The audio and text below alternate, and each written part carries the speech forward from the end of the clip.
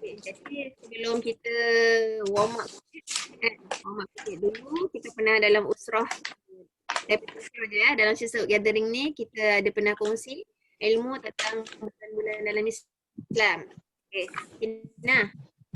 Tina.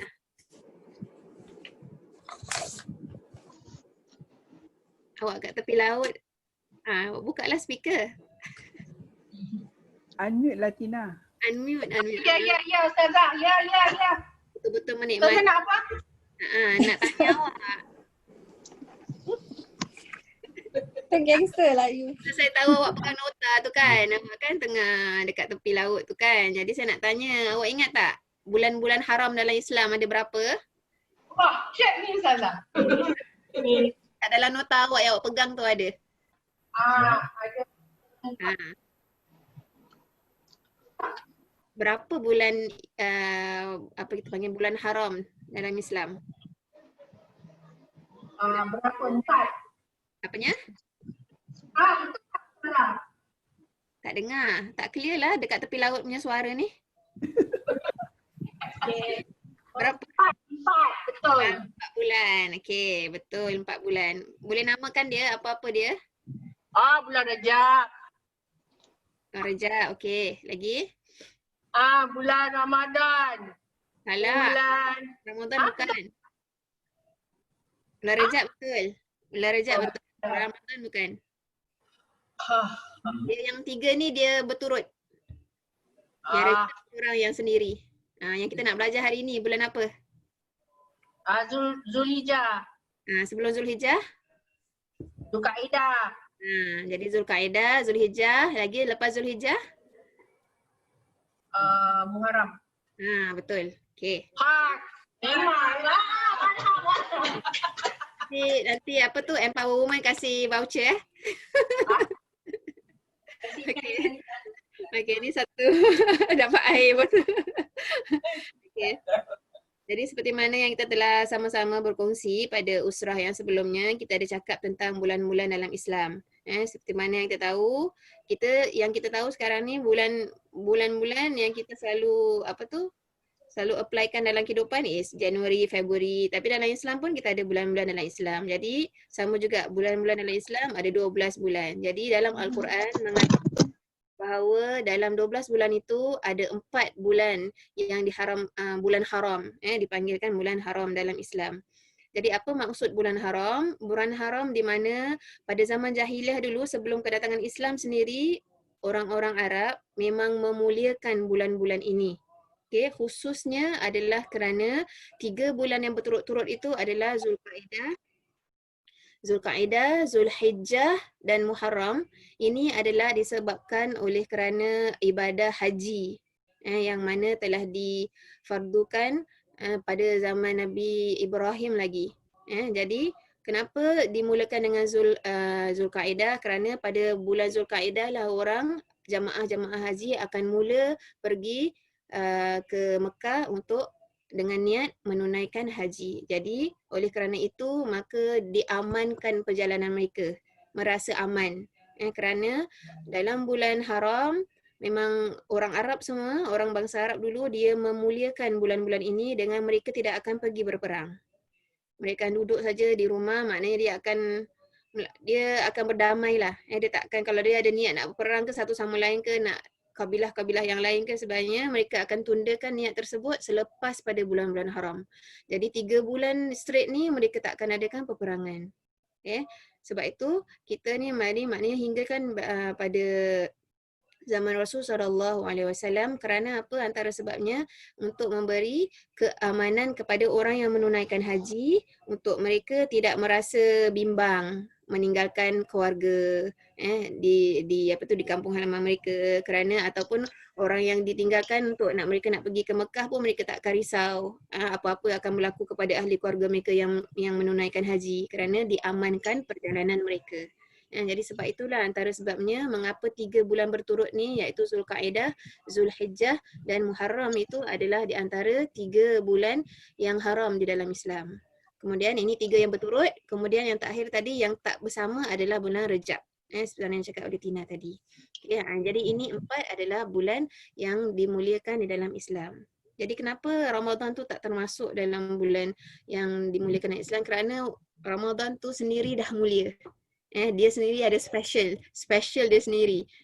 Jadi itulah bulan yang di mana turunnya Al-Quran.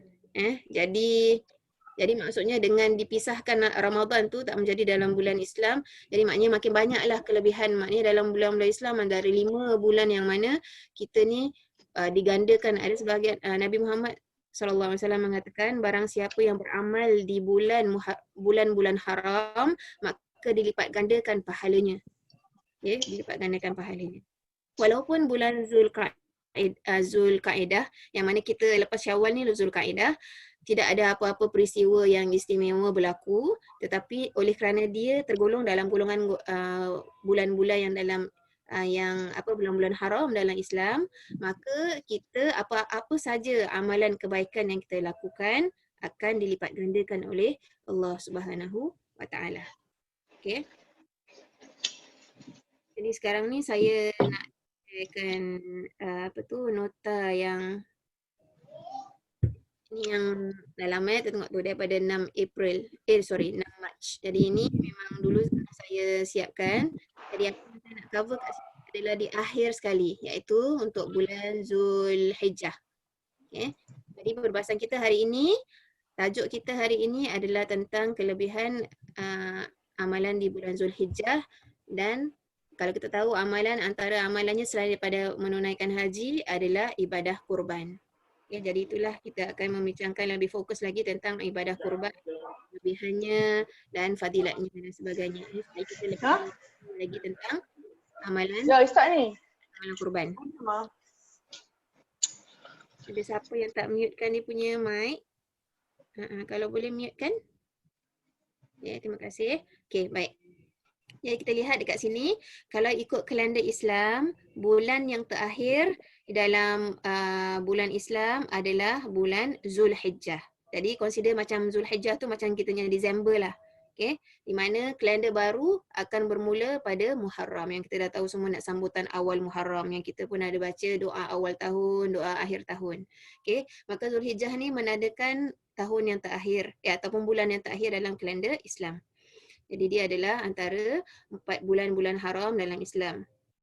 Jadi seperti mana yang kita mengetahui juga bahawa sejarah penyembelihan Nabi Ibrahim AS terhadap anaknya Nabi Ismail AS di atas perintah Allah SWT, di mana berlakunya ibadah kurban. Nak cerita pasal Nabi Ibrahim ni, dikategorikan di dalam kalangan Nabi-Nabi Ulul Azmi Minar Rusul. Yang Ulul Azmi tu maksudnya Nabi yang antara banyak, Nabi tu ada banyak, bukan 25 saja yang wajib kita percaya dalam Al-Quran. Tapi ada banyak lagi Nabi-Nabi. Tapi antara banyak-banyak Nabi ni, ataupun antara 25 Nabi ni yang paling banyak diuji ataupun yang paling teruk ujiannya yang Allah uji. Kerana kenapa Allah uji para anbiya ni? Kerana nak meninggikan martabat mereka dan mereka lulus. Setiap ujian tu dia lulus. Adalah lima Nabi yang digelar oleh Allah SWT dalam Al-Quran yang dinamakan Ulul Azmi. Maksudnya mereka adalah golongan yang paling kuat azamnya. Ulu tu yang mempunyai, azam tu keazaman, tekad yang paling kuat tekadnya tu, iaitu Nabi Muhammad SAW, iaitu dia yang ketua, Nabi Ibrahim, Nabi Musa, Nabi Isa, dan Nabi Nuh AS. Jadi inilah dia 5 Nabi yang digelar sebagai Ulul Azmi Minar Rusul. Baik, jadi kalau kita tahu kisah sedikit tentang kisah Nabi Ibrahim ni, Nabi Ibrahim ni dia mempunyai 2 isteri. Kenapa dia isteri 2? Pertama dia kahwin dengan Sayyidatina Sarah. Sarah kemudian dia tak dapat anak, lama dia tak dapat anak. Sampai dia dah tua tak dapat anak. Kemudian Sarah tu mengizinkan Nabi Ibrahim untuk berkahwin dengan Siti Hajar. Jadi bila dah kahwin dengan Siti Hajar, Sarah ni pula pun mengandung juga. Jadi satu keajaiban juga yang berlaku, Sarah ni mengandung. Jadi namakannya Ishaq. Kemudian Hajar, Siti Hajar ni mengandung, kemudian Allah SWT perintahkan untuk Nabi Ibrahim bawa bayi yang dia baru lahir. Jadi maknanya Ismail ni lahir dululah. Okey. Lahir dulu, baru dapat, lama nak tunggu dapat anak, dah dapat anak, Allah SWT perintahkan untuk dia tinggalkan anak dia dan isterinya di padang pasir yang pada ketika itu dinamakan Tanah Bakkah. Mekah dulu dinamakan Bakkah. Okey, Bakkah. Jadi itu semua antara ujian-ujiannya. Jadi sebelum kisah pasal rumah tangga Nabi Ibrahim, banyak lagi kisah dalam Al-Quran tentang waktu remajanya Nabi Ibrahim alaihissalam. Bagaimana Nabi Ibrahim pada waktu remajanya dia dah mula berdakwah. Bapanya sendiri pengukir batu berhala. Okey, kemudian bagaimana dia dakwah dengan bapanya, kemudian bagaimana taktik dia untuk nak berdakwah sampai dia tu menghancurkan batu berhala-berhala sampai dia nak dibakar oleh api yang besar oleh raja pada ketika itu kerana murkanya raja tu terhadap perbuatan Nabi Ibrahim pada ketika itu dia masih remaja. Jadi kita lihat banyak episod-episod dalam kisah Nabi Ibrahim yang mana diuji oleh Allah memang yang sangat berat-berat. Uji Allah di sana berat. Namun Nabi Ibrahim kekal cekal di dalam dakwahnya menuju Allah Subhanahu Wa Taala. Maka itulah dia saya sedikit episod tentang Nabi Ibrahim. Okay. Jadi sebagian ulama mengatakan bahawa daripada keturunan Nabi Ibrahim inilah lahirnya para anbiya. Sebab tu Nabi Ibrahim juga digelar sebagai Abul Anbiya, iaitu bapa bagi segala para anbiya. Kenapa bapa bukan Nabi Adam? Kerana daripada keturunannya lahir daripada keturunan yang nabi-nabi yang bangsa Arab dan juga nabi-nabi bangsa Israel. Sebab itulah dikatakan bahawa daripada keturunan Nabi Ibrahim maka tersebarnya zuriat-zuriat para anbiya yang lain. Okey. Baik, kita pendekkan. Okey, sekarang ni jadi kalau siapa yang nak tahu kisah para Nabi Ibrahim, Nabi Ismail, Nabi Ishak, bolehlah anda baca sendiri. Ini saya kasih spark dia untuk awak. Untuk kasih interest untuk awak membaca tentang kisah Sul Anbiya. Okey. Baik. Jadi kita lihat dekat sini. Sebenarnya kita tahu bahawa wukuf di Arafah, kalau orang yang pergi haji, maka mereka tu wukuf di Arafah pada 9 Zulhijjah. Pada 9 Zulhijjah.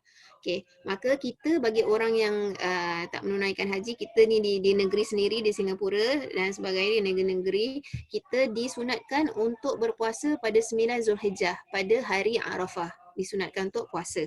Okey. Malah kita disuruh dekat sini kan disuruh untuk berpuasa pada 9 Zulhijjah.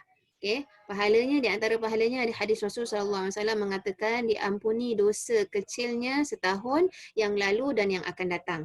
Maksudnya barang siapa yang melakukan puasa sunat pada hari Zulhijjah iaitu pada hari Arafah iaitu 9 Zulhijjah, maka pahalanya tu Allah SWT mengampunkan dosa-dosa yang kecil iaitu setahun yang lalu dan setahun yang akan datang.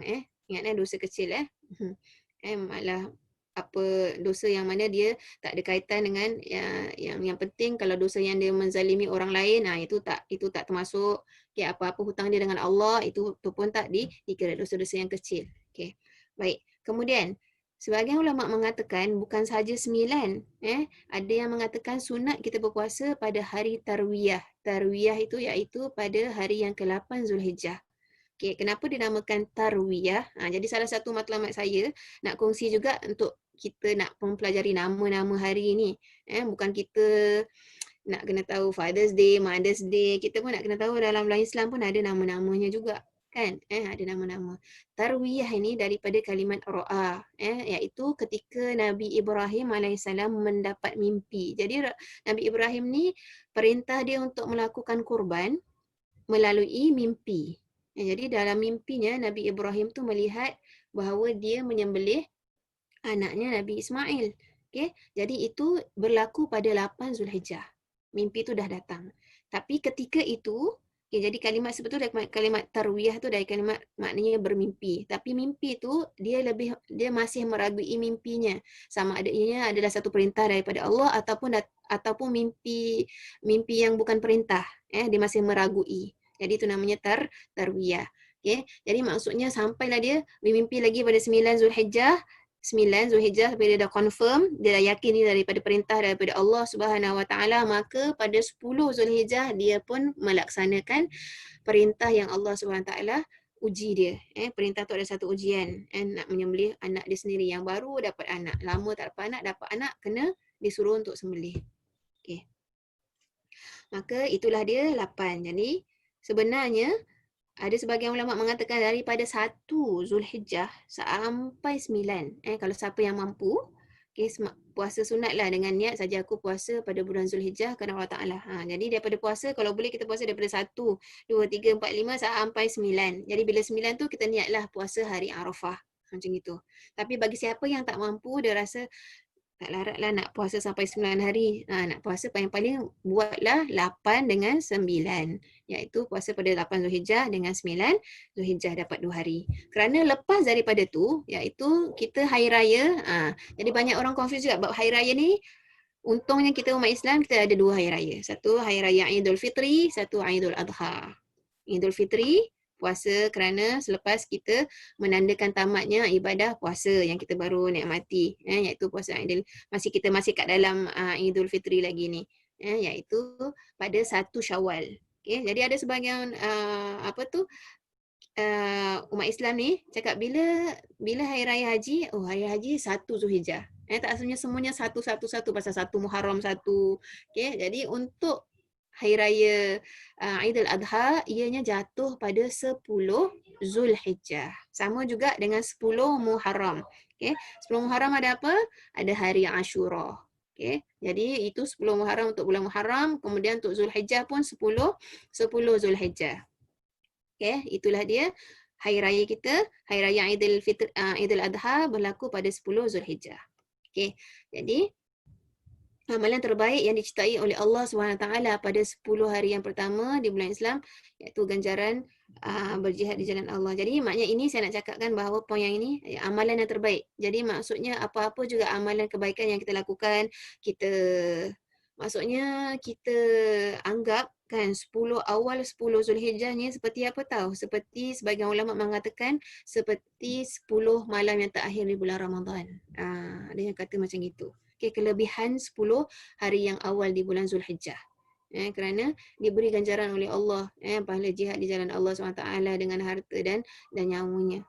Okay, itulah dia ganjaran amalan pada bulan Zulhijjah yang terawal. Okay, jadi nak puasa, nak sedekah, nak kasih makan orang yang berbuka, dipersilakan. Itu semua antara amalan-amalan yang baik kita lakukan. Nak banyakkan baca Quran, banyak berzikir, buatlah pada 10 hari yang terawal di bulan Zulhijjah.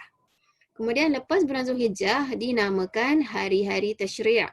Okay, tasyrik. Okay, nanti saya terangkan di sini kenapa dinamakan hari tasyrik. Jadi maksudnya lepas kita puasa 8 dengan 9, puasa sunat, 10 hari raya memang tak boleh puasa. Okay, begitu juga 11, 12, 13 Zulhijjah. Haram untuk kita berpuasa. Kenapa haram? Masih dikategorikan masih berhari raya lagi. Sebab itu kalau kita lihat mengapa banyak negeri Arab mereka lebih membesarkan hari raya Aidil Adha daripada Aidil Fitri disebabkan ini. Sebabnya apa? Pertama, disebabkan kalau hari raya Aidil Fitri yang tak boleh puasanya 1 hari je, iaitu pada hari raya. Tapi yang hari kedua Syawal, 3 Syawal dah boleh mulakan puasa sunat, kan? Sebaliknya kalau Aidil Adha, kita masih diharamkan untuk berpuasa pada 11, 12, 13. Malahan kita masih boleh bertakbir lagi hingga pada 13. Ini saya cakap ni. Bertakbir, ni banyak orang yang tak tahu. Banyak orang tak tahu bahawa kita dah boleh mula takbir pada hari Arafah yang kita puasa sunat tu. Ni banyak orang tak tahu. Banyak orang mula, dia applykan sama macam Syawal. Banyak orang buat, dia bila dah malam masuk 9, bila kita buka puasa sunat tu, hari Arafah baru kita takbir. Tak sebenarnya ketika 9 Zulhijjah ni pada waktu subuh hari ni, subuh 9 Zulhijjah ni sudah digalakkan kita untuk bertakbir. Kerana orang yang berada di Mekah tu sedang wukuf di Arafah. Wukuf tu merupakan rukun yang asas. Maknanya tidak ada haji kalau tak ada wukuf di Arafah. Okay? Jadi ini adalah satu rukun yang terbesar dalam Islam. Jadi dianggap seperti sudah beraya. Jadi pada 9 Zulhijjah subuh tu, lepas salat subuh dah boleh takbir. Lepas zuhur, maknanya kalau boleh kita amalkan setiap kali lepas solat daripada 9, 10, 11, 12, 13, 5 hari ni. 5 hari ni kita disuruh lepas solat fardu takbir. Lepas solat fardu takbir beramai-ramai. Okey. Jadi bilanya akhir takbir tu iaitu pada hari yang ke-13 Zulhijjah selepas solat asar. Seperti mana kita tahu dalam Islam, kita punya kalender untuk next hari tu berlaku apabila akhirnya bila nak masuk maghrib tu dah kira hari baru. Jadi maksud tu dah masuk 14 Zulhijjah. Jadi habis 13 bila di akhir lepas asar tu sebelum nak masuk maghrib. Begitu juga kalau kita kalau kita nak baca doa awal tahun akhir tahun.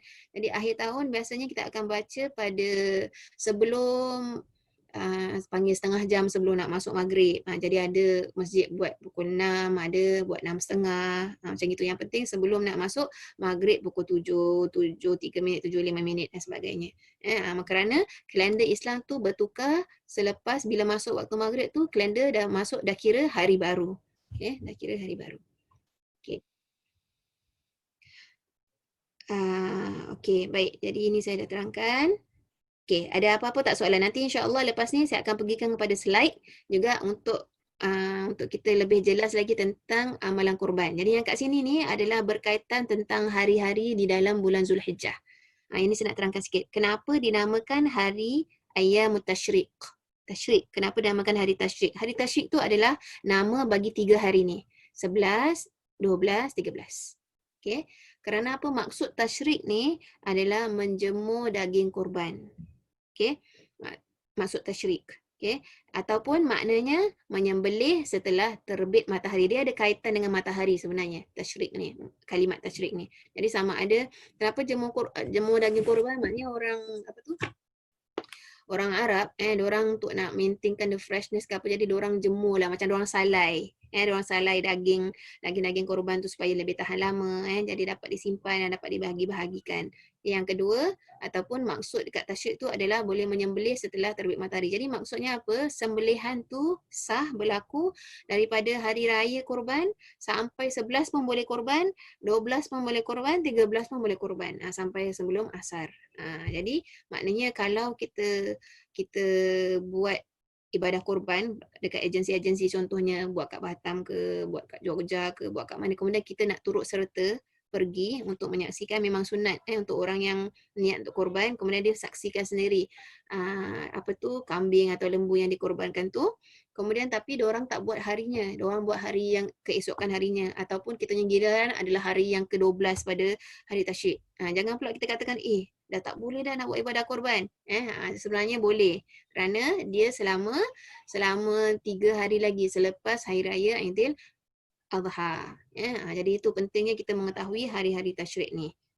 Kerana ibadah kurban masih sah lagi kita laksanakan 3 hari selepas hari raya haji. Ada apa-apa soalan tak dalam page ni sebelum saya nak pindah kepada slide tentang kurban? Ada apa-apa soalan? Tak ada? Faham Boleh Okey, nanti tak apa, nanti lepas akhir slide pun boleh. Jadi saya nak stop sharing yang ni, nak pindah kepada slide pula. Okey.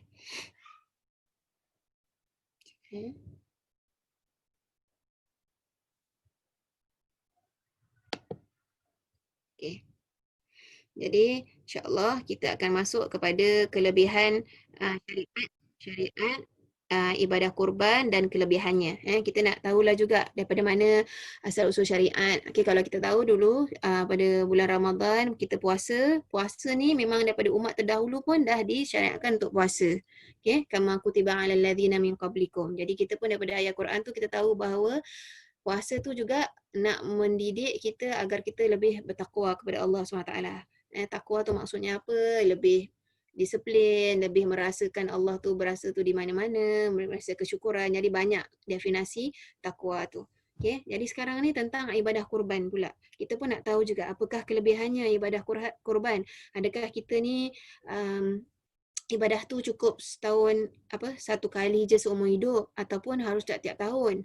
Jadi kita nak memperbetulkan juga persepsi masyarakat, kerana apa yang saya dapati persepsi masyarakat Islam terhadap kurban ni oleh kerana kita mungkin kurang membesarkan Hari Raya Aidil Adha kan, secara Singapura, Malaysia kurang sikit kan.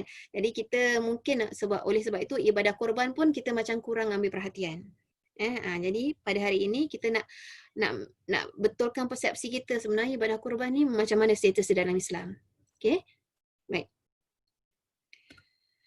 Jadi kalau kita lihat seperti mana yang saya beritahu dekat nota yang tadi tu, jadi saya recap balik lagi sekali untuk kuatkan lagi kita punya pemahaman. Seperti mana kita tahu, daripada 1 hari bulan hingga 8 hari bulan di bulan Zulhijjah, kita sunat mula untuk kita berpuasa. Dia telah mula awal Zulhijjah, jadi bagi siapa yang nak mulakan niat untuk puasa awal Zulhijjah, bolehlah mula niat untuk puasa. Okey, nak buat satu lat-lat ke terpulang. Terpulang. Dia bukannya wajib, dia adalah sunat. Jadi sama ada dia nak lat-lat ke, dia nak terus ke, terpulang pada kemampuan masing-masing. Okay.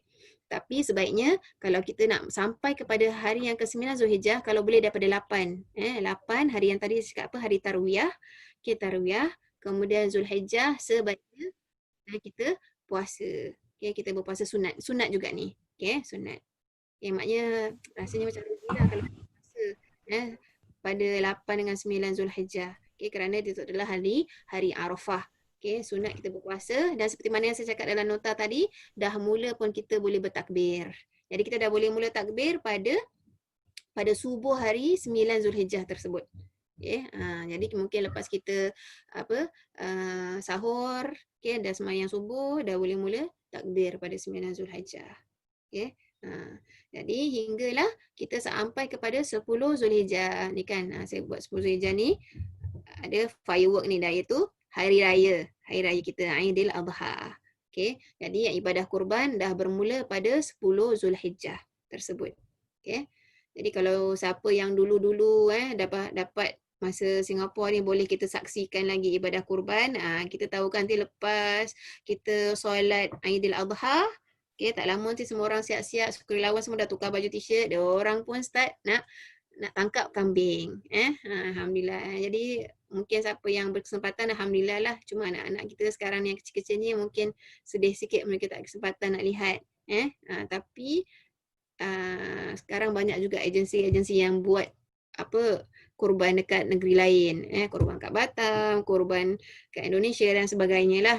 Kalau mampu awak lakukan, ajak keluarga supaya mereka dapat merasai apa maksud korban tu lebih baik. Baik. Kemudian lepas daripada 10 Zulhijjah tu, inilah dia namanya hari Tashrik, iaitu 11, 12, 13 dalam bulan Zulhijjah. Okay, jadi masih kita disuruh disyariatkan untuk kita bertakbir hinggalah akhir takbir pada waktu asar 13 Zulhijjah. Maka akhir juga ibadah kurban. Okay.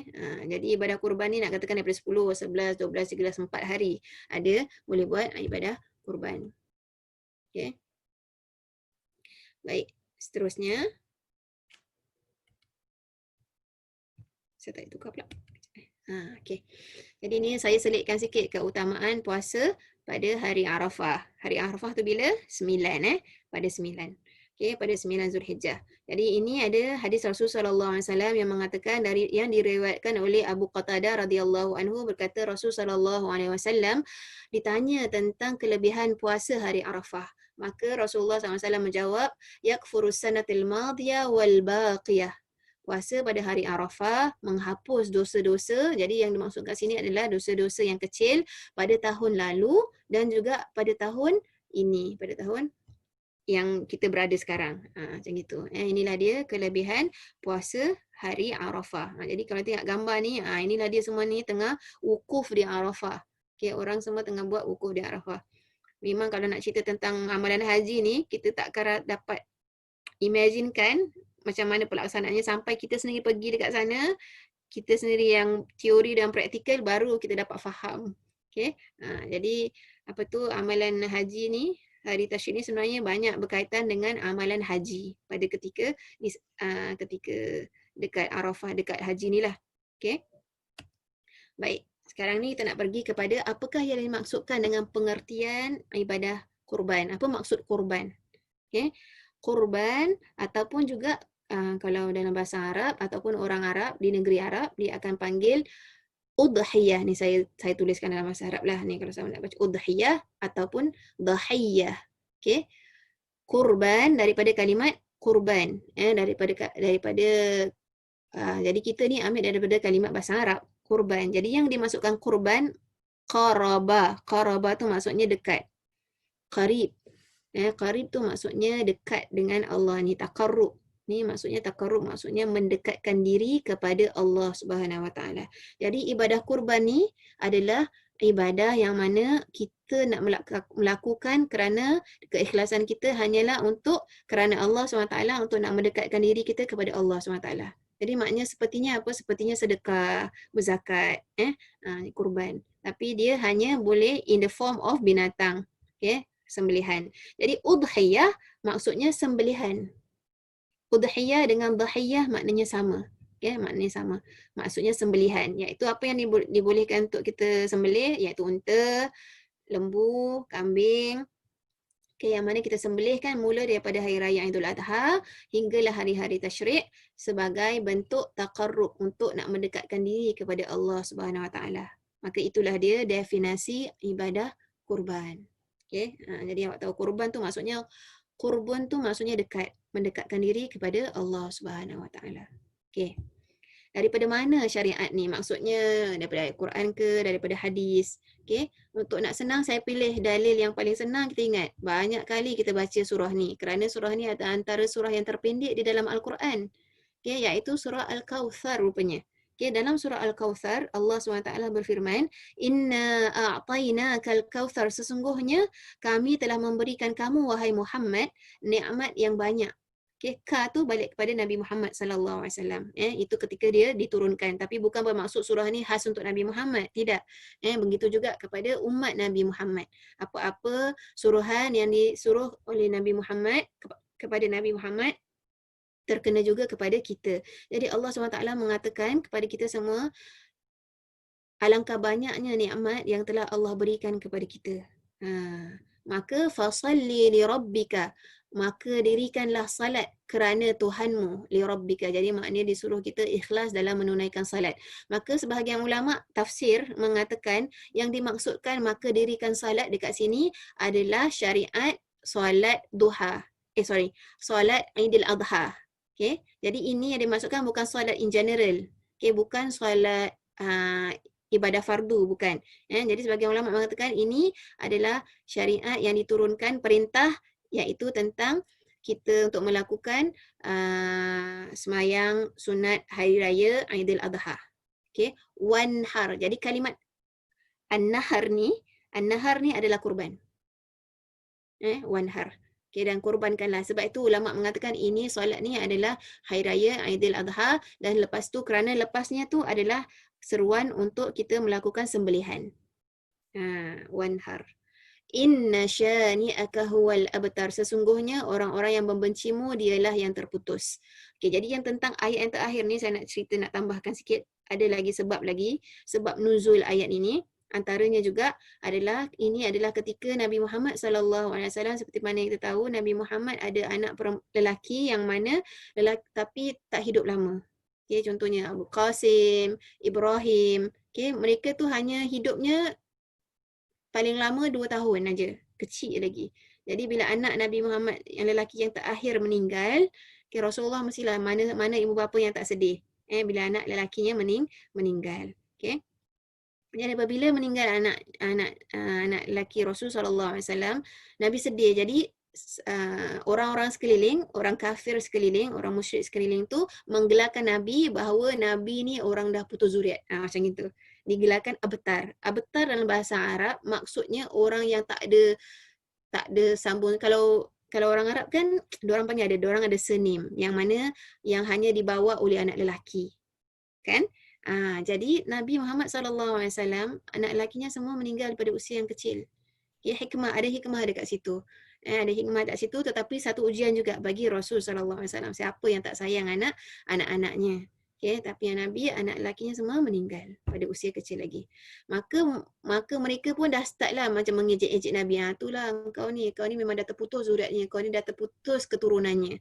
Tak ada keturunan dia lagi. Maka dinamakan abtar. Maka turunlah ayat ini mengatakan inna syani'aka huwal abtar sebagai apa? Nak membela nasib Rasul sallallahu alaihi wasallam. Barang siapa yang mengatakan Nabi itu atau Muhammad itu dah terputus zuriatnya, sebenarnya dialah yang terputus. Okay, maksudnya terputus daripada rahmat Allah, terputus daripada rezekinya, wallahu alam. Jadi ini satu pembelaan yang dibela oleh Allah SWT kepada kekasihnya Nabi Muhammad SAW yang tercinta. Okay, itu maksud. Jadi secara tak langsung awak boleh bila kita baca surah Inna A'tainakal Kautsar, awak dah boleh faham maksud dia. Okay, nak faham maksudnya. Situ adalah tentang, situ ada pensyariatan ibadah kurban dan juga tentang Allah tu membela nama baik Nabi Muhammad sallallahu alaihi wasallam. Tengok siapa yang mencela, menghina Rasul, Allah sendiri membela. Sampai sekarang ni, kalau kita lihat ni, kalau siapa yang kan ada kartun-kartun yang menghina Nabi Muhammad SAW, pasti umat Nabi Muhammad akan mencela, the whole nation ataupun the whole world akan menghina ataupun mengkritik orang yang menghina kesucian Rasul SAW. Okay, maka itulah dia dalil menunjukkan bahawa diturunkan ibadah kurban kepada umat Nabi Muhammad SAW. Okay, sekarang kita pergi kepada kelebihan ibadah kurban. Okay. Jadi saya petik 5 hadis tentang kelebihan ibadah kurban ni. Okay, jadi hadis yang pertama daripada Aisyah, iaitu isteri Rasul sallallahu alaihi wasallam, bersabda, dia kata Aisyah mendengar Rasulullah SAW bersabda, tidak ada suatu amalan pun yang dilakukan oleh manusia pada hari raya kurban yang lebih dicintai oleh Allah Subhanahu wa taala daripada menyembelih haiwan kurban. Jadi maksudnya tak ada suatu amalan, contohnya walaupun awak contohnya semayang malam ke, sedekah banyak ke, tapi kata Nabi Muhammad SAW, amalan yang paling dicinta oleh Allah SWT pada hari raya Aidil Adha adalah melaksanakan ibadah kurban. Sesungguhnya haiwan kurban itu kelak pada hari kiamat akan datang berserta tanduk-tanduknya, bulu-bulunya dan kuku-kukunya. Dan sesungguhnya sebelum darah kurban itu menyentuh ke tanah, ia iaitu pahalanya telah diterima di sisi Allah SWT. Maka beruntunglah kalian semua dengan pahala kurban itu. Jadi ini satu dalil kelebihan berkurban. Okay, kemudian hadis yang kedua dari Abu Sa'id Al-Khudri, ini sahabat Rasul sallallahu alaihi wasallam, bersabda, Rasul sallallahu alaihi wasallam bersabda kepada Fatimah, wahai Fatimah, bangunlah. Okay, dalil ni nak mengatakan bahawa ketika Nabi mengatakan yang ini kepada Fatimah niat untuk melaksanakan ibadah kurban. Maka Rasul sallallahu alaihi wasallam, antara amalan yang sunat dilakukan untuk siapa yang dah niat untuk lakukan kurban, kalau dia dapat saksikan sendiri ibadah kurban tu, hendaklah dia pergi untuk menyaksikan. Kerana inilah dia daripada sunat, bukan wajib. Jadi jangan pula nanti awak dah baca ni, awak cakap, oh ni wajib, semana ni saya nak kena pergi, kalau awak buat kat Kemboja ke, awak kena pergi Kemboja. Tak. Yang ini amalan sunat. Kalau boleh saksikan lagi bagus. Sebab tu ada sebahagian agensi, diorang kasih gambar. Kan, diorang ambil gambar dekat Indonesia, nanti dia tunjukkan, dia emailkan ke, dia forward, kerana itu adalah suatu amalan yang disunatkan oleh Rasulullah SAW untuk melihat haiwan kurban awak, supaya awak dapat saksikan dia sendiri. Okay. Ada yang kasih video dan sebagainya. Okay. Jadi dikatakan apa? Mana tadi? Kejap. Wahai Fatimah, bangunlah dan saksikanlah kurbanmu, kerana setiap titisan darahnya akan memohon ampunan dari setiap dosa yang telah kau lakukan. InsyaAllah. Jadi ni Rasulullah SAW mengatakan betapa besarnya pahala orang melaksanakan ibadah kurban. Pahala setiap darah yang mengalir tu pun tak akan disia-siakan oleh Allah Subhanahu Wa Taala kepada mereka yang berniat untuk melaksanakan ibadah kurban kerana Allah Subhanahu Wa Taala. Okay. Seterusnya, hadis yang ketiga. Rasulullah SAW bersabda yang bermaksud, muliakanlah korban-korbanmu kerana nanti dia menjadi kenderaan kamu ketika melalui titian siratal mustaqim. Jadi apa maksud muliakan? Maksudnya kalau kita dapat peluang lah untuk pilih kambing yang bagus-bagus, yang ada grade yang bagus sebenarnya, maka pilihlah yang terbaik. Kerana itu maksud muliakan. Okey, pilihlah yang terbaik daripada kambing ke, lembu ke dan sebagainya, kerana mereka binatang-binatang korban inilah akan menjadi kenderaan kamu ketika melalui titian sirat. Jadi maksudnya menunjukkan sini bahawa kalau kita tengok Transformers, kan Transformer robot tu boleh tukar jadi kereta. Jadi tak mustahil Allah SWT punya, Allah boleh tukarkan ikut pada keikhlasan kita, ikut kepada keikhlasan kita, bagaimana kita nak melaksanakan korban tu kerana Allah SWT, maka dia akan menjadi kenderaan, bukan kenderaan.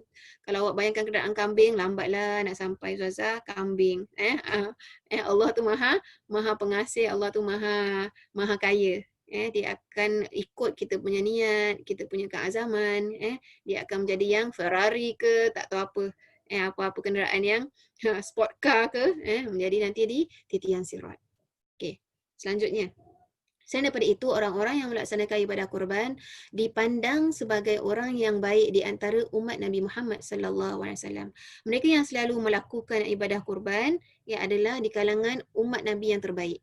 Bukan saya yang kata, inilah dia seperti mana yang dikatakan oleh Rasul sallallahu alaihi wasallam, umatku yang baik ialah mereka yang berkurban dan umatku yang jahat ialah mereka yang tidak melaksanakan kurban.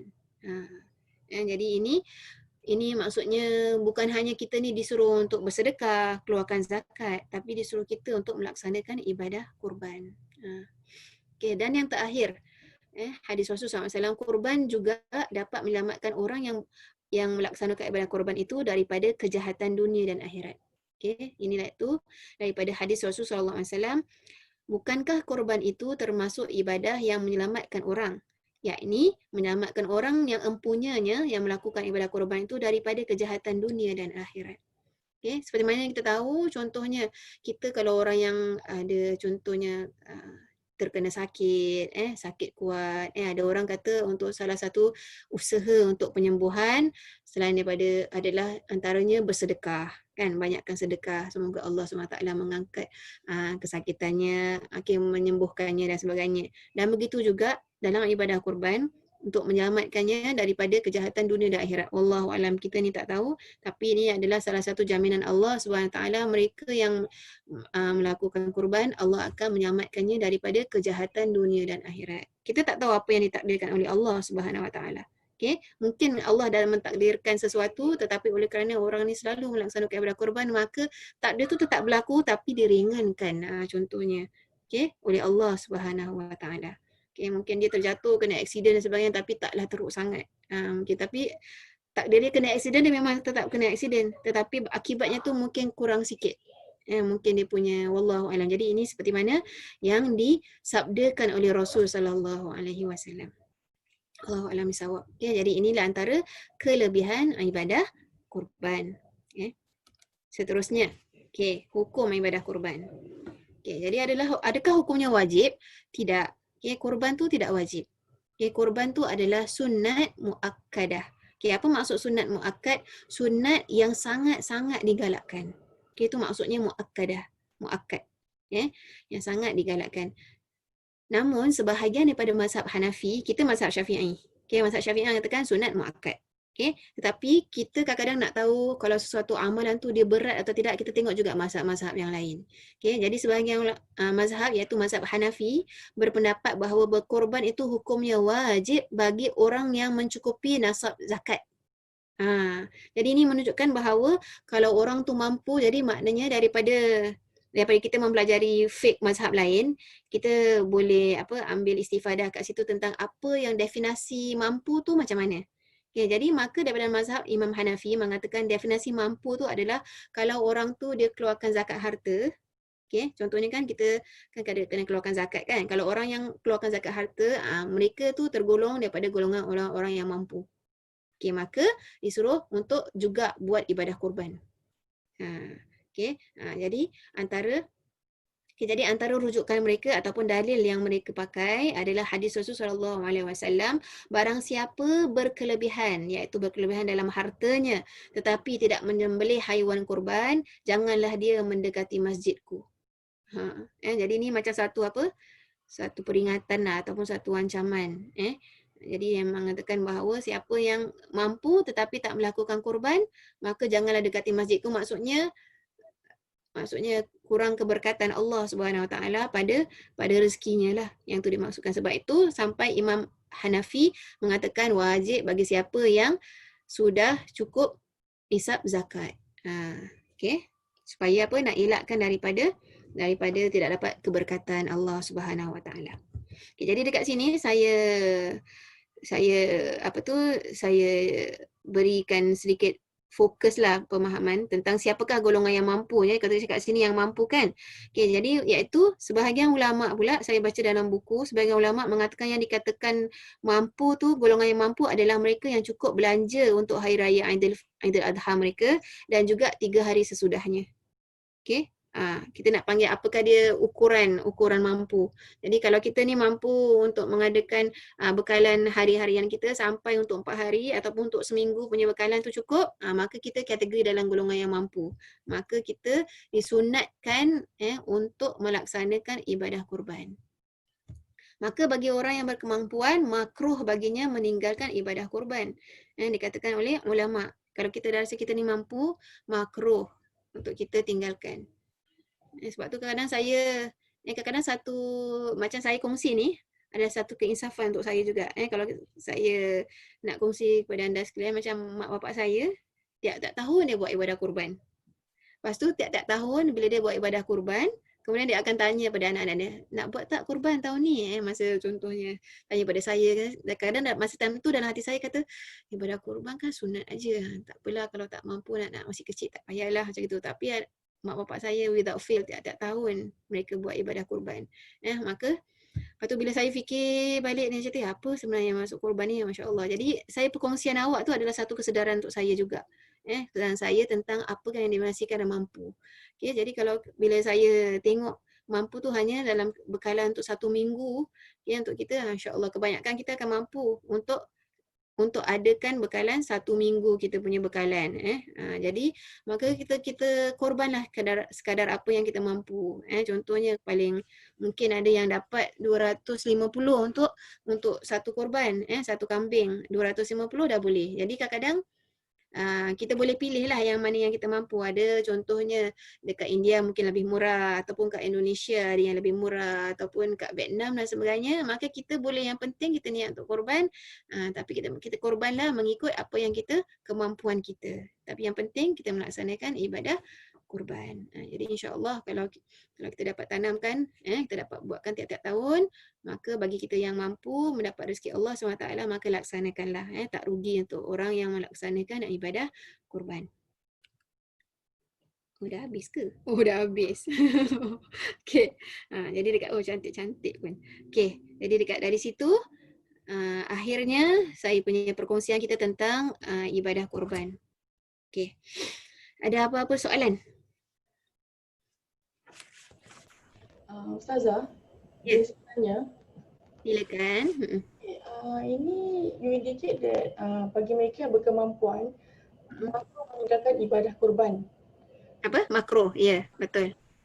Kalau kita buat ibadah kurban untuk anak, still boleh. Instead of kita buat kurban, tapi kita buatkan untuk anak kita. Boleh. It's the same also, kan? Yang penting kita buat ibadah kurban lah, kan? Maknanya nama-nama siapa pun. Kan macam gitu kan maksud awak kan? Yes. Ya. Boleh juga.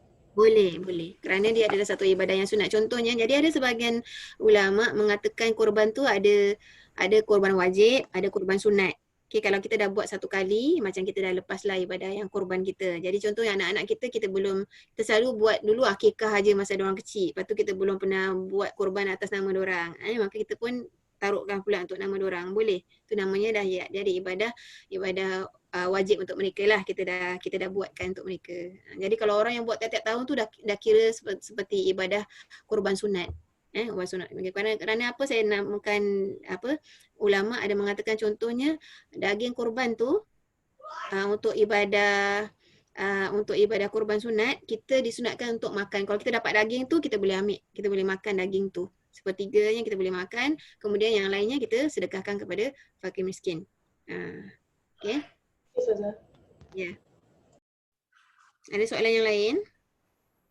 Ustazah, banyak soalan dekat grup chat. chat. Kalau gitu saya nak kena keluar daripada, sekejap saya tak nampak lah. Pasal saya nak kena stop sharing. Kat bawah. Saya stop sharing dulu. Saya tak nampak, saya tak dapat tengok. Oh. Okey. Okey. Saya nampak chatnya. Banyaknya. Okey, mana nak buka dulu ni? Start daripada Tina punya, Ting. Di Ya. Tina punya question yang pasal mimpi. mimpi. Ya, atas sekali. Ustazah, kenapa Nabi Ibrahim percaya pada mimpi kedua bukan the first one? Oh, yang macam okey. Okey, nampak. Percaya pada mimpi yang kedua bukan the first one. Tak, kerana mimpi yang pertama seperti yang saya ada cakap tadi, yang pertama tu dia masih merasa hati dia tu masih belum yakin lagi bahawa ianya adakah dia tu adalah mainan mimpi ataupun memang suruhan daripada Allah. Macam itu. Jadi kalau dia daripada Allah nanti dia akan datang lagi akan kuatkan lagi dia punya, maknanya kita panggil hati nuraninya untuk lakukan. Kemudian dia mimpi lagi sekali, baru dia tahu tu yakin tu daripada Allah Subhanahu Wa Taala. Okey. Sama juga dengan Rasulullah SAW, sebelum Rasulullah menerima wahyu daripada Allah Subhanahu Wa Taala di Gua Hira, Rasulullah bermimpi bahawa datang cahaya. Okey, kita panggil, diorang panggil cahaya, alih-alih Rasulullah mimpi cahaya je, ada cahaya datang pada dia. Lepas tu mimpi lagi cahaya datang pada dia, tapi makin dia asyik mimpi tu semakin rasa kuat keyakinan dia kepada Allah Subhanahu Wa Taala. Barulah turunnya malaikat Jibril di Gua Hira. Jadi para anbiya ni selalu bermimpi, dan maknanya salah satu sumber hidayah Allah Subhanahu Wa Taala melalui mimpi. Okey. Baik, soalan selanjutnya, Ustazah, bulan Zulhijjah puasa 3 hari bila? Puasa 3 hari tu bila?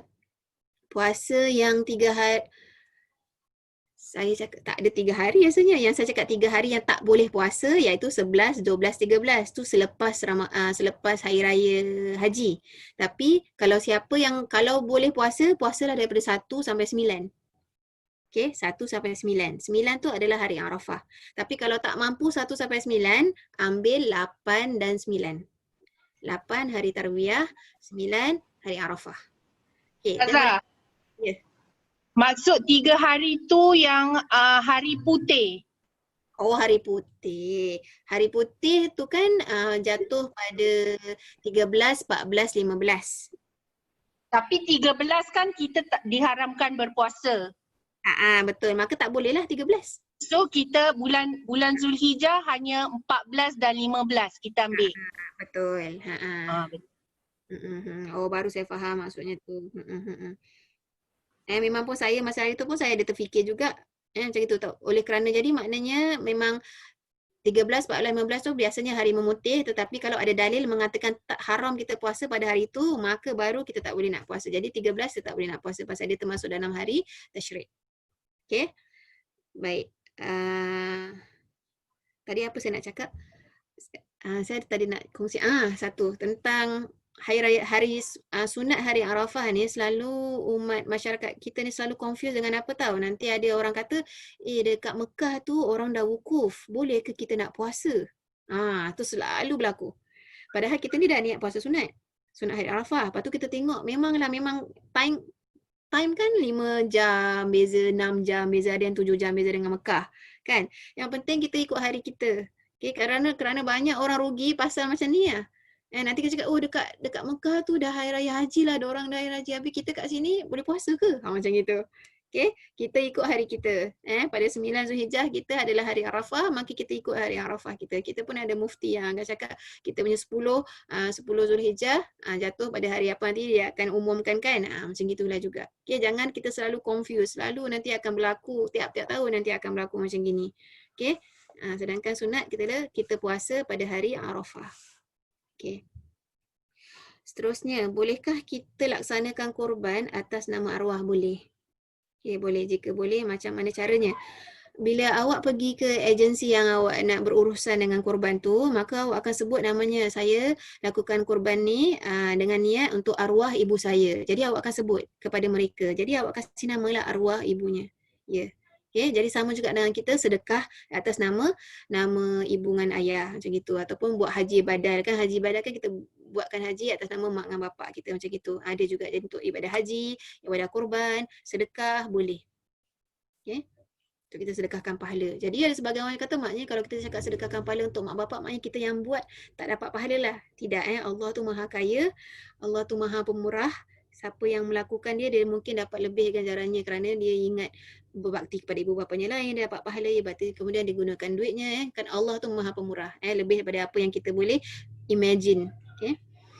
Baik, seterusnya. Bolehkah kita berikan daging korban yang milik kita share dekat jiran non-Muslim?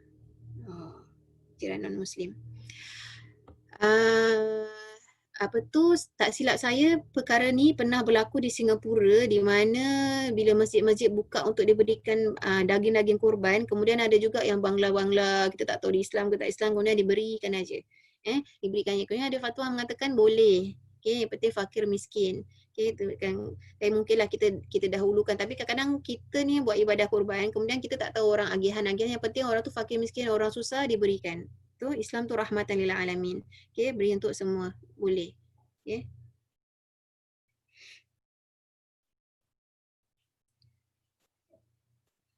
Kalau kita korban untuk dibahagikan kepada anak-anak yatim, anak tahfiz atau orang-orang susah, pahalanya ada kelainan juga ke? Nak cakap buat pahala ni. Yang ini saya nak kata Pertama contohnya kalau kita korban kemudian tapi kita pilih kan, maksud mungkin soalan ni kita pilih kita nak korbankan untuk siapa. Contohnya yang ni dia cakap pergi dekat Darul Tahfiz tu, ada korban untuk anak-anak Darul Hufaz tu, maka kita adakah pahalanya tu lain? Tak bertambah lah kerana kita, wallahualam, mungkin Allah SWT tu maha kaya, mungkin oleh kerana kita dengan niat kita nak buat ibadah korban yang terbaik, kemudian kita nak pilih juga siapa yang kita berikan korban tu pun mungkin atas niat kita Allah SWT gandakan, Allah Ta'ala beri tambahan kepada pahala kita. Ya, jadi ada orang mungkin dia mampu untuk pilih yang mana yang termurah aja. Contohnya tahun ni dia nak buat juga, tapi contohnya rezekinya tak banyak sangat, dia buat kat Vietnam, tapi orang-orang susah juga. Jadi ia bergantung pada kita ingatlah kalau buat pahala ni adalah urusan Allah dan hambanya. Okay, bergantung pada niat kita. Kalau kita niat memang untuk beri kepada anak-anak yatim, anak-anak tahfiz, alhamdulillah, baguslah. Okay.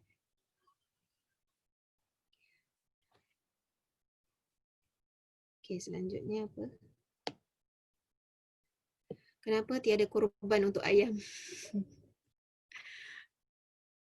Korban untuk ayam Ayam ada tadi masa saya baca-baca buku, ada satu tu dia cakap pasal ayam. Dia cakap walaupun macam orang tu dia so far memang haiwan yang di dalam listing korban tak termasuk ayam. Okay, tapi katakanlah orang tu tak mampu, jadi dia pada hari raya Adha tu, okay, dia beli ekor ayam, dia masak sedap-sedap, dia kasih kepada jiran dia pun dikirakan untuk nak share pahala korban, tapi itu bukan ibadah korban. Okay, bolehlah untuk dapatkan pahala meraihkan hari raya korban tu, tapi tak tergolong dalam. Kenapa? Kerana memang dalam syariat Islam ayam tak termasuk dalam kategori haiwan-haiwan korban. Okay, mungkin kerana ayam tu adalah satu makanan harian. So untuk hari raya haji ni is something which is bukan hari-hari. Okay. Ustazah, saya pernah dengar ada ustaz pun cakap boleh sembelih ayam. Ada boleh sembelih ayam pula. Saya kalau buat ayam ni saya nak kena, tapi so far itu je lah. Kalau kita tengok dalam syariat binatang-binatang yang korban tak termasuk ayam. Okay, tak termasuk ayam ni, mungkin dia tak nak kecilkan. Siti asal Siti tahu Siti. So far memang kat dalam package tu tak ada cakap ayam. Okay. Tak, Ustazah, saya cakap ayam sedekah pada Upin dengan Ipin je. Upin suka ayam goreng Ustazah, binatang yang 4 kaki kan? Binatang yang 4 kaki untuk dikorban. Ayam ada 2 kaki je. Ya, betul. Okey, terima kasih kerana tu pun salah satu kriterianya. Okey, mesti binatang yang 4 kaki. Nanti orang cakap 4, nanti orang pun lah cakap nanti kuda lah, serigala lah pula. Janganlah pula macam itu Okey, jadi memang ada listing dia yang mana kita boleh buat ibadah korban. Okey. Kemudian mana dia? Okey Ustazah, boleh tak kita buat korban berkali-kali atau sekali saja? Tu yang saya cakap tadi tu. Saya cakap sebenarnya ibadah korban ni boleh kita buat tiap-tiap tahun bagi orang yang mampu. Kan? Seperti mana saya pernah ceritakan anda, mak bapak saya selagi mana yang saya ingat tiap-tiap tahun mereka buat ibadah korban. Jadi boleh kita buat ibadah korban tiap-tiap tahun. Okay. Ni kita consider macam apa? Sedekah kita pada tiap-tiap tahun yang kita buat. Tapi special sikit sedekah ni kerana sedekah dalam berbentuk kurban. Kurban binatang. Okay. Kalau kita tidak dapat lihat haiwan kurban itu, masih sama ke pahala kami dan masih diampunkan dosa seperti mana dalam hadis tu? Ya. Okay, iaitu hanya melihat atau menyaksikan kurban tu adalah sunat. Okay. Kan tadi saya ada bacakan awak hadis tentang Rasulullah SAW mengatakan, wahai Fatimah, bangun dan saksikanlah kurban kamu. Itu adalah, walaupun ia berbentuk suruhan, tapi itu adalah sunat. Okay, sunat untuk kita lihat haiwan kurban kita kalau kita mampu untuk pergi ke situ. Kalau kita tak mampu, tak jadi masalah. Yang penting tu niat kita melaksanakan ibadah kurban tu yang diganjarkan oleh Allah Subhanahu Wa Taala. Okay, kerana Allah SWT Maha mengetahui atas keterbatasan kita. Okay, negeri kita dan sebagainya, Singapura dah makin ketat. Sekarang ni kalau buat kat Singapura pun tak dapat nak tengok. Kan? Dia tutup dah kena buat dekat tempat penyembelihan saja dan sebagainya. Okay, oleh kerana sebab-sebab kebersihan. Mana lagi? Saya pernah tersilap pemahaman bahawa korban untuk anak lelaki 2 ekor. Jadi saya pun berbuatkan untuk 2 ekor atas nama anak lelaki saya. Adakah ibadah korban itu masih ada? Okey, dekat sini soalan ni saya nak perbetulkan. Okey, anak lelaki yang disunatkan untuk kita bila bayi tu lahir, itu bukan namanya korban. Itu namanya akikah. Okey, akikah. Akikah lain dengan korban. Okey, akikah untuk anak lelaki 2 ekor, untuk anak perempuan 1 ekor. Okay, jadi akikah tu adalah satu juga amalan yang sunat muakkad kalau boleh sebagai satu tanda kesyukuran kita kepada Allah Subhanahu Wa Taala kerana dah selamat melahirkan, dah dapat zuriat, dapat anak lelaki, dapat anak perempuan, dan juga kelahirannya semua selamat dan sebagainya. Maka itu adalah satu tanda syukur kepada Allah Subhanahu Wa Taala, tu namanya akikah. Okay, akikah lain, kurban lain. Okay. Jadi akikah tu boleh dibuat bila-bila masa. Okay, boleh buat bila-bila masa. Tetapi kurban hanya pada bulan Zulkaidah. Pada bulan haji ni, Zulhijjah. Okay. Sedangkan akikah bila anak tu lahir, nanti macam mana Ustazah nak pergi dekat mana? Ada, awak pergi je dekat agensi-agensi yang biasa buat kurban ke apa, cakap dengan Ustaz saya nak buat akikah. Ataupun awak tahu orang-orang yang biasa melaksana atau dekat masjid dan sebagainya, nanti mereka boleh kasih awak salur dekat mana nak buat akikah dan sebagainya. Okay, beza akikah dengan kurban. Okay, akikah bila-bila masa boleh buat, kurban hanya pada bulan Zulhijjah. Ada tadi soalan nak tanya ke? Tak ada. Okay, saya terus baca kalau almarhum ayah saya dah pernah pergi haji, masih perlukah melaksanakan badal haji untuknya? Masih perlukah itu jawapannya tak perlu. Maksud saya itu tak perlu kerana wajib haji untuk bapanya dah gugur. Okay, kerana kita hanya diwajibkan untuk melaksanakan ibadah haji satu kali setahun seumur hidup. Jadi maknanya wajib haji itu sudah. Tetapi oleh kerana anak tu katakan dia berkelebihan. Okay, berkelebihan. Anaknya dia sendiri dah buat ibadah haji, suaminya pun dah buat ibadah haji contohnya. Kemudian dia ada kelebihan, dia nak buatkan lagi untuk bapanya, maka dibolehkan. Tu namanya dari sunat. Jadi maknanya jadi buat haji sunat lah untuk bapanya, tak jadi masalah. Okay, tapi jadi saya punya jawapan tu untuk perlu tu, jadi saya cakap itu tak perlu kerana hukumnya dah tak wajib. Okay, wajib pun nak katakan kalau yang mampulah kan, ada orang yang mampu, anaknya tak mampu untuk nak menghajikan mak bapak dia, tak ada, maka pada ketika itu tak jatuh hukum lagi wajib bagi dia untuk dia pergi haji dulu. Orang yang anak tu pergi haji dulu. Jadi anak tu sendiri yang pergi haji, buat ibadah haji untuk bapaknya tu lebih bagus.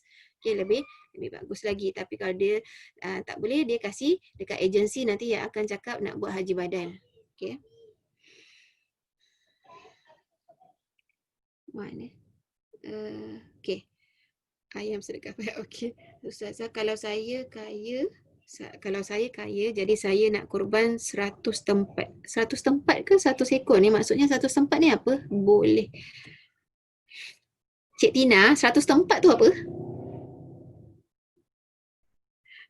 100 tempat ke 100 ekor? Kalau 100 tempat 100 ekor lah Ustazah. Oh, 100 tempat. Boleh. Tak menjadi masalah. Tak menjadi masalah kalau awak kaya, insya-Allah. Kita doakan moga awak kaya, nanti awak buat kurban 100 ekor. Boleh. Ustazah, saya nak tanya macam Sorry, kalau Kak Seri, wait. 100 tempat, maksud saya 100 ekor tapi 100 merata. 100 merata. Tengok tu macam-macam Siti hari ni kakak awak. 100 merata. 100 merata. 100 bahagian contohnya. Lepas tu awak nak pergi ke merata tempat, boleh. Silakan, tak jadi masalah. Boleh. Kasih. Atas satu nama Ustazah? Boleh, awak nak atas satu nama.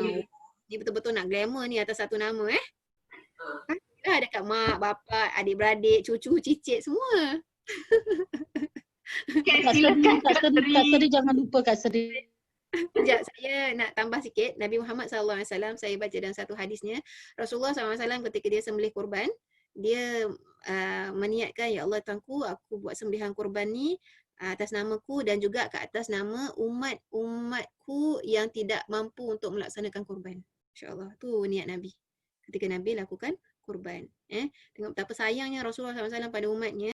Dan Nabi niatkan sekali kepada umat-umatku yang belum lagi melaksanakan ibadah kurban. Itulah dia niat Rasulullah ketika Rasulullah buat ibadah kurbannya. Ustazah, saya nak tanya. Ya. Okey, macam saya belum pergi haji. Adik-adik saya yang ada 2-3 orang dah pergi haji. Tapi kalau kita nak buatkan bapak kita, kita share, perlu ke saya pergi haji dulu? Okey, tak apa. Kalau dalam keadaan itu, saya dikumpul-kumpulkan adik-beradik kan supaya nak buat haji, nak bayar haji badal, tak jadi masalah. Boleh. Boleh kan? Tapi saya belum pergi haji, tapi saya haji badalkan bapak saya share, should be no problem kan? Betul. Tu kerana package sekarang ni dalam package haji, diorang ada buat harga yang khusus untuk haji badal. Dia tak berat sangat lah, dia tak mahal sangat. Kerana biasanya pegawai yang akan buat ataupun dia akan panggil pajar-pajar ke sana, ada orang yang akan lakukan ibadah tersebut. Okey, terima kasih Ustazah. Sama-sama. Okey, ni last ke? Soalan yang last kali. Akikah boleh dibuat untuk anak angkat walaupun umurnya dah besar. Maksudnya ambil anak angkat ia dah 5 tahun umpamanya. Okey. Boleh, tak jadi masalah. Okey, tak jadi masalah awak niatkan untuk anak angkat tersebut. Okey, itu semua atas keihsanan kita, kasih sayang kita kepada anak tersebut dan untuk mendapat ganjaran pahala Allah Subhanahu Wa Taala. Kita rasa sebagai seorang ibu bapa walaupun bukan yang melahirkan, tetapi dah merasa tanggungjawab yang membesarkan anak tersebut. Ya. Ya, ada apa-apa soalan yang lain dah? Saya rasa saya dah baca dah semua soalan-soalannya ya. Ustazah, keka cuma sebelum balik ke selepas balik boleh keka juga ke Ustazah? Kalau sebaiknya sebelum balik, tapi kalau dah selepas balik kita tahu dia tu belum korban, kita nak belum akikah, kita nak niatkan akikah, tak apa, niatkan aja. Okay, tapi nanti ni saya akan confirmkan lagi untuk balignya ataupun kita panggilkan dia terus korban ke. Wallahualam, nanti saya reconfirm pasal tentang hukumnya ni, tentang akikah ni ya.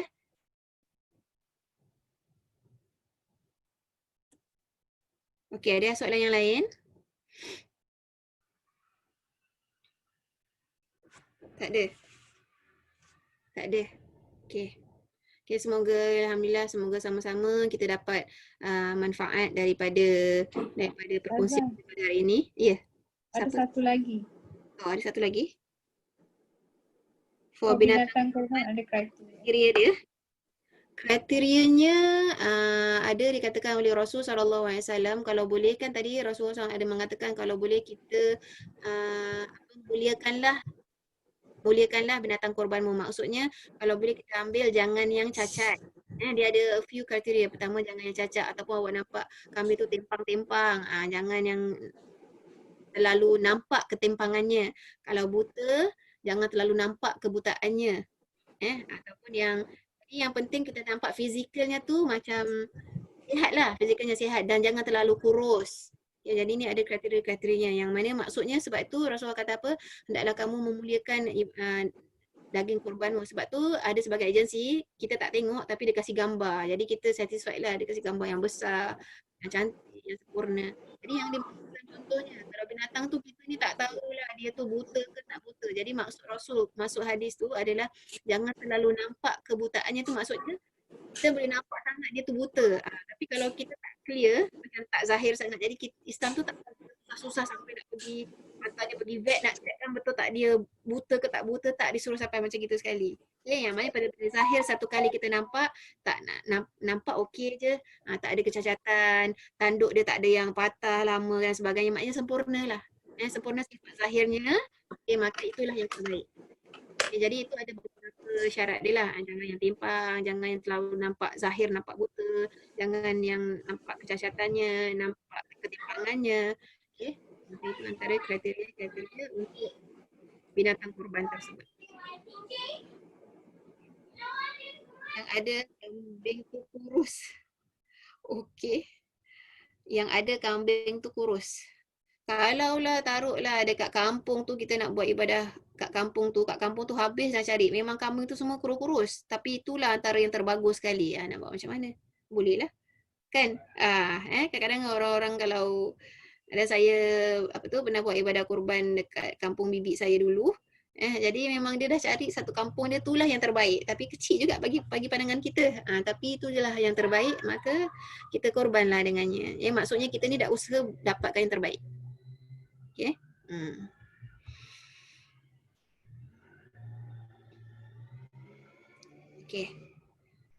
Okay, kalau tidak ada apa-apa, semoga perkongsian kita pada hari ini mendapat satu kita panggil penambahan ilmu pengetahuan, dan semoga kita niatkan semoga kita dapat mengamalkan ibadah kurban ini, dan juga jangan lupa nanti kita nak berpuasa. Daripada bulan Zulkaidah pun adalah bulan-bulan haram, kita dah boleh mulakan untuk kita rancakkan contohnya puasa sunat kita Senin Khamis sebagainya, kerana kita niat ini adalah antara bulan-bulan yang haram dalam Islam. Macam itu. Semoga kita dapat amalkanlah ilmu yang kita pelajari. Kerana ilmu yang bermanfaat tu hanya akan beroleh pahala kalau kita amalkan apa yang kita pelajari. InsyaAllah. Dan walaupun pada kita tahu MUIS dah mengatakan bahawa tiada ibadah kurban di Singapura untuk tahun ini, namun banyak lagi agensi-agensi yang mana masih kita boleh lakukan ibadah kurban di negeri lain. Maka kita boleh salurkan ibadah kurban kita di negeri-negeri lain. Wallahu a'lam bishawab. Sekian dulu. Kalau tak ada apa-apa, saya tutup dengan doa. Boleh? Siti, Zar? Boleh. Okey, Ustazah. Bismillahirrahmanirrahim. Subhanakallahumma wa bihamdika asyhadu an la ilaha illa anta astaghfiruka wa atubu ilaik. Subhanakallahumma wa bihamdika asyhadu an la ilaha illa anta astaghfiruka wa atubu ilaik. Subhanakallahumma wa bihamdika asyhadu an la ilaha illa anta astaghfiruka wa atubu ilaik. Bismillahirrahmanirrahim. Wal 'asri innal insana lafi khusr illa alladhina amanu wa 'amilus shalihat wa tawassaw bil haqqi wa tawassaw bis sabr. Terima kasih Ustazah. Ladies, don't go first. We're gonna take picture, okay? Semua boleh on video tak? Boleh? Cantik.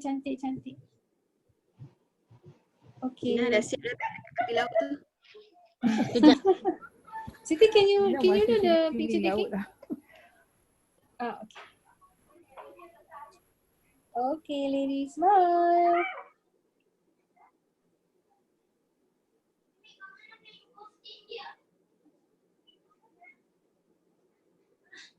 Okay. Kasih Tuhan. Terima kasih Ustazah. See you next month. Yes. Terima kasih Ustazah. Assalamualaikum. Waalaikumsalam. Ustazah.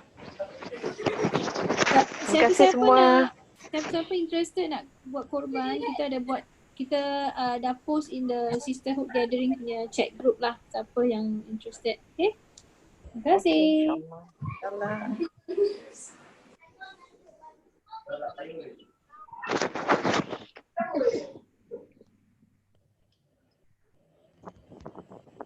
Zaza, how are you, Zaza? Baik Kak Seri. Baik Kak Mala. Rashida. Baik Kak Zaza. Maaf saya batin semua. Mak sama-sama. Malah you macam kat Snow punya ni, background ni macam kat Snow Mountain. Because merahnya besar lah. Apa tu blackout? Wah. Jam 12. Blackout. Jam 12. Je. Sambung. Hari ni batuk-batuk ah. Tadi masuk lambat. Tengoklah my Zaza son. punya backup. Oh my god. Jangan kacau. Hai Seri. Hi. Thank you. Okay, bye. Bye-bye. End the meeting now, yes? Selamat malam semua. Bye-bye. Terima kasih semua ya. Okay, bye. Bye Ki. Bye. I want prank.